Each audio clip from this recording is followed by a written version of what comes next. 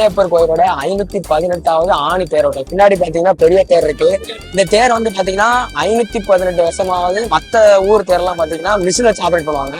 இதை நீங்க பார்த்துருப்பீங்க. தடி போட்டு வடத்தை இழுத்து மக்களால் ஆப்ரேட் பண்ணப்படுற ஒரு பெரிய தேர், திருநெல்வேலியோட தேர். ரொம்ப பெருமை மிகு தேர். இதோட ஃபுட்டேஜ் எல்லாம் போடுறேன் பாருங்க. ரொம்ப